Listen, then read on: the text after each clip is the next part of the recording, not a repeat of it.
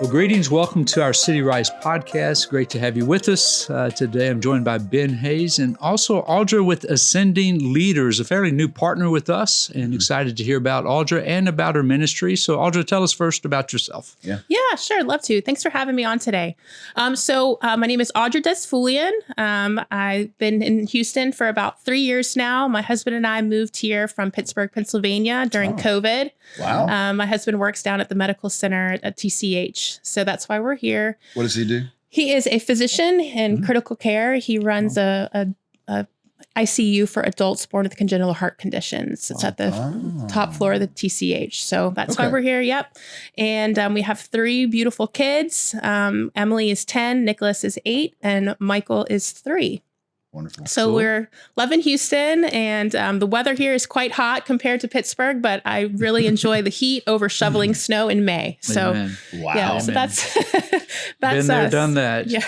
I saw snow one time, I think, in Houston. Right. Yeah. When we first came here. Well, Ascending Leaders, Yes. interesting name. How long have you been with them? How long have they existed? Yeah. So Ascending Leaders has been around for a little over 18 years or so. I've been with them for about a year now. I graduated Wheaton. I have a master's degree in evangelism and leadership. Thank you so much. So after I finished that, I, was just looking for an opportunity, and this came along, and I was very excited to find it. I was passionate about discipleship myself. And so finding Ascending Leaders was really a blessing. And I've really enjoyed, the work that we do, getting to know everybody. And so the organization has been around for about 18 years, like I said. And the founder and president is Mike Johnson. And he was a planter and church pastor in Missouri City, and was not doing discipleship well at his church, and decided that there was a need for this, and decided to make it his full-time job. So we're a small operation, but powerful, I believe. And we work in churches, north, south, east, west, all different denominations. And Focused on the Houston area primarily? We have a lot of churches in Houston because that's where we are. But he's originally from Michigan. So we've been serving churches up north a little bit, but we have, all over the place. California, we even have some discipleship coaches that are abroad right now in a creative access country. So, Wow. So when you guys connect with a local church and you reach out to them, hey, this is who we are. We'd love to come alongside and help you. First of all, how do you begin to kind of identify maybe gaps or weaknesses in their disciple-making system? And then what tools, resources, equipping do you guys kind of bring alongside to sort of lift that church in their discipleship efforts? Yeah, absolutely. So a lot of times people find us through referrals. We do present quite a bit at conferences and whatnot. And there is a lot of, hey, this is what we do. If you'd be interested, if you have a need, we'd love to support you. And that's kind of how we find folks. They find us, we find them, mutually like that.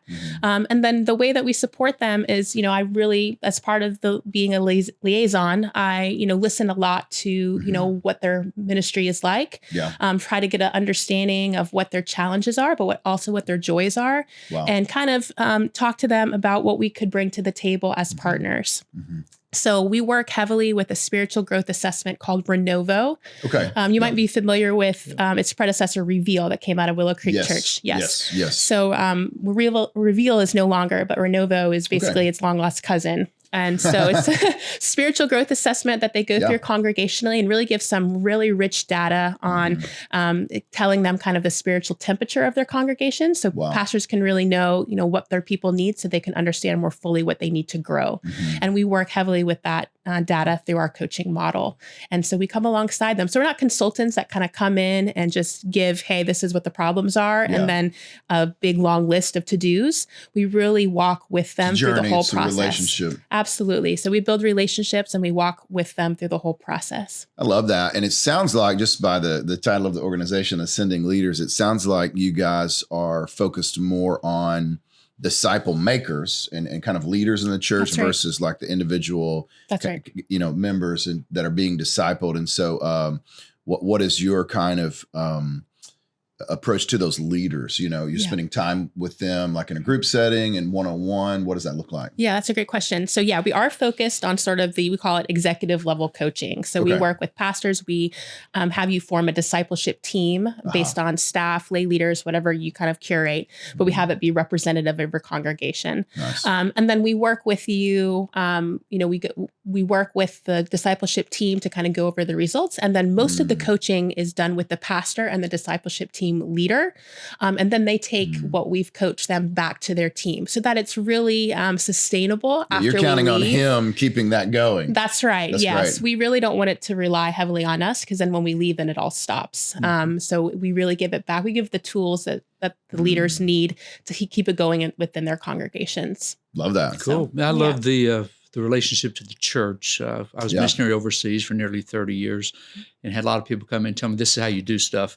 And it was sometimes isolated stuff. So what if someone just contacts you out of the blue, say, I really don't have a church, but I want to grow. Can you help me? They're not part of a church. Right. Yeah, we work with churches. Right. So we would refer you to some of our other partners. We have some great board members that do individual discipleship, one-on-one types of things. Nice. But Good. we work primarily with local churches. Yeah. So Well, to me, that's what makes it sustainable. Yeah. You did mention overseas. So how does that look? You've trained some of the disciple makers and they're actually living in other countries. Yeah. So the discipleship coaches that are overseas right now, one of them was here in the States working with us with local churches and then just felt the need to go abroad to serve churches abroad. I went on a mission trip, I believe, a short-term mission trip, and then decided this is where I want to land. And so he took what he learned with our organization and being a discipleship coach here in the States and is bringing it abroad to pastors, in the creative access country. And then he's trained somebody else that's local. So there's it's not just, somebody coming in, like you said, and telling them what to do, but there's somebody who's been there for quite some time and knows the culture really well. Yeah. Yeah. It sounds like you guys have a real heart for sustainability and, kind of that Paul Timothy model of train you to train others to train others. I'm just curious, like in the Houston area, the churches that you work with, what does the average church sort of look like? Are they large? Are they small? Are they sort of ethnic specific language churches? Or what's kind of the suburban, urban? What's the spectrum there? All the things. All the things. So we have been working a lot with Methodist churches. So we have some GMC, UMC churches, but we've expanded and so they're all different types. We do have a diversity initiative route. I'm going to be doing a discipleship workshop down at Disciples UMC in Sharpstown. That's a historically African-American church with a female pastor. So that's quite interesting. Yeah. But we work all across the board. So whoever is interested in partnering with us, we're happy to serve them. Different denominations. You just absolutely want to see disciples made. That's right. Yes. Praise God. Love that. So cool. If you were to have a poster, I know this is kind of hard to say this is what the end product, not that any of us reaches that, but to say a growing disciple would have these 5 characteristics. Oh, wow. What would kind of be the foundational ones? Yeah. So we look at discipleship as sort of a stages approach. So from exploring Christ, have not yet made a decision to follow Jesus, to people who are Christ-centered. And that's really what we hope for, is that we hope to be growing people throughout all the spiritual growth continuums, our spiritual growth phases, to that Christ-centered space. And that's a space where people are really just sacrificing for God each and every day. And that previous stage, they're giving their lives away, but it's because it makes them feel good. Sure. And in that Christ-centered stage, it's because that's what they've been called to do. Yeah. And so those are the things that we really look for. But so sacrifice, constant devotion, giving your life away each and every day. Yeah, so, love that. I'll ask you a little bit more theological question. You said Wheaton, so a lot of times in the Western Church, we kind of tend to use the words discipleship and evangelism sort of separately. Yeah, right. But one of the things you just said, I picked up on the idea that part of when we evangelize, we're actually kind of beginning that discipleship process. That's right. Before they come to faith. Yes. Right? Because it's part of the journey. So, how would you kind of articulate that relationship between discipleship and evangelism? Ooh, now you're really getting into the questions. So yeah, I mean, evangelism is the beginnings of discipleship, right? So I think, beautiful. a lot of times evangelism, we think of it in a way where it's like invite your friends to church, it's gotten to this model where it's not really sharing. It's not really sharing Jesus as much as it's bringing people into the community. Right. Yeah. So I think the first step is that you have to share the gospel. You have to proclaim the word of God. You have to talk about the life that comes with following Christ. And then that discipleship component is really fostered first and foremost in the church, and then with the community holding you accountable. As you go through each of the stages, there's things that you can get involved in that become that help you foster your discipleship. So in the very early stages, the big groups, people sort of like to be anonymous. So worship services are great. Alpha is great. But then as you move forward, you need to have smaller and smaller groups, micro groups of 3 or 4 people that are holding you accountable, that are challenging you. And so it's not just about assimilating or integrating people into your church community, which is fantastic, but that's not discipleship, and that's certainly not evangelism. So that's what we try to, and we talk about how activity doesn't equal intimacy. Exactly. That's exactly right. So we really try to hammer home that busyness does not equal spiritual growth. Yeah, just because you're here in the building, you're even serving, maybe you're even giving, you're present. It doesn't mean you're growing as a disciple. That's right. I think that's a big shift for a lot of churches to really think about and make. Yeah, we discovered overseas that oftentimes the faulty evangelism led to faulty discipleship or lack of it. And we kind of narrowed it down to transactional versus transformational. That if salvation is transactional, that means you agree with these 4 points, you check the box, you repeat the prayer, and then you attend. But transformational is that your heart has been turned completely. And so then it's actually a journey toward holiness, righteousness. Obviously, we don't reach it perfectly. But we also talk about obedience-based. Even the Great Commission. A lot of people say, and observe whatsoever I've commanded you. And we just made it clear, obey whatsoever I commanded you. Because over here, I was a pastor for years before I went overseas, and discipleship was the hour before evening church. From 6 to 7 was discipleship. You went through a booklet and you learned. And it was cognitive, but it didn't necessarily affect how you lived, if you were nice, if you cared about others. So are there checkpoints or, and again, I hate to say behavioral checkups because you can fake that too, but when you go back in and you're evaluating, how do you measure righteousness, personal growth, spiritual hunger, these type things? No, those are really good questions.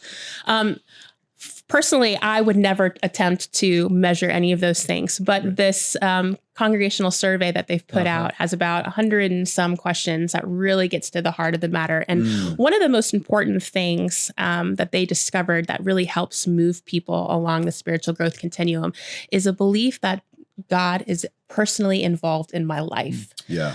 So that fostering of relationship with Christ really pushes people along the spectrum. And then some things like Bible engagement. So yes, it has to be a heart condition, but Bible engagement in and of itself helps you build that relationship with Christ so that you really feel connected and feel like he's with you each and every day. So yeah, it has to go beyond the head to the heart for sure. I agree with you. Yeah, that's good. I mean, Jesus said, a tree will be known by its fruit, right? And so we look for those evidences of the inner working of the Holy Spirit and kind of how it begins to work its way out.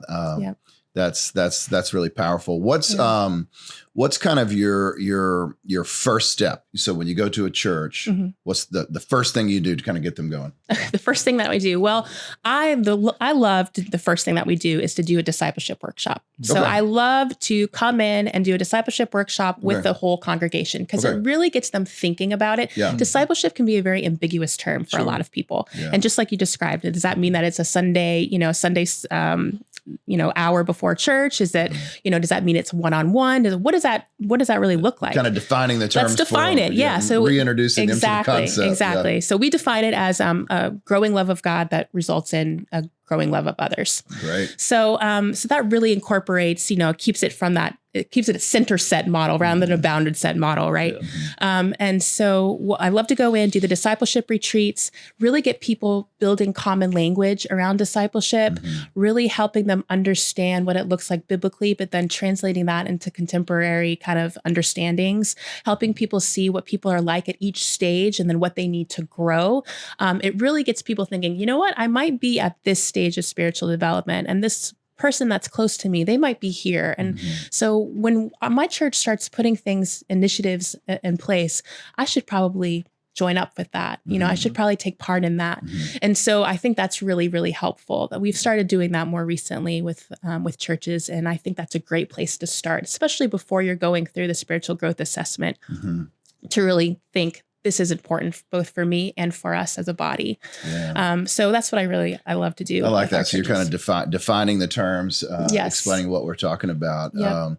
So if there were pastors or church leaders listening to this that you're not working with, and maybe they are just kind of just in that cycle we all get in of just, kind of making it from Sunday to Sunday, keeping the doors open. That's right. Maybe they're not focused on discipleship at this moment. What would you say to them? Yeah, I would say, well, please check out our website at ascendingleaders.org.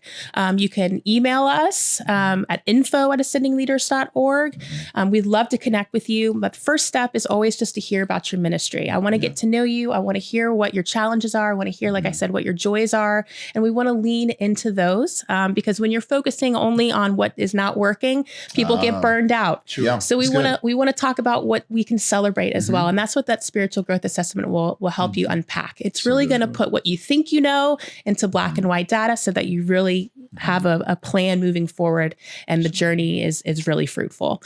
So that's, we talk, we get you set up with what you need. We work with churches from as short as 6 months all the way to 24 months. Okay. We have something for everybody. And, cost-wise with lots of scholarships available for small churches. That's the bulk of the churches in the States, that's great. So we've been blessed to have a strong donor base as well to support churches. So we're really just about helping the local church and helping their leaders be successful and growing more disciples. So good. Praise God. Well, to wrap up, people love to hear, I hate the word success stories, but those stories that give you great joy. Yeah. And as you guys have worked with many churches, you wouldn't necessarily need to say the name of a church or a pastor, but what would you looking back saying this was just a win for the kingdom because we saw this movement? That's good. We love to talk about measurable results leading to eternal outcomes. And so we really like people to have sort of a measurable to kind of work towards. And part of the spiritual growth assessment gives you sort of a grade. And we had one church out in California that we worked with.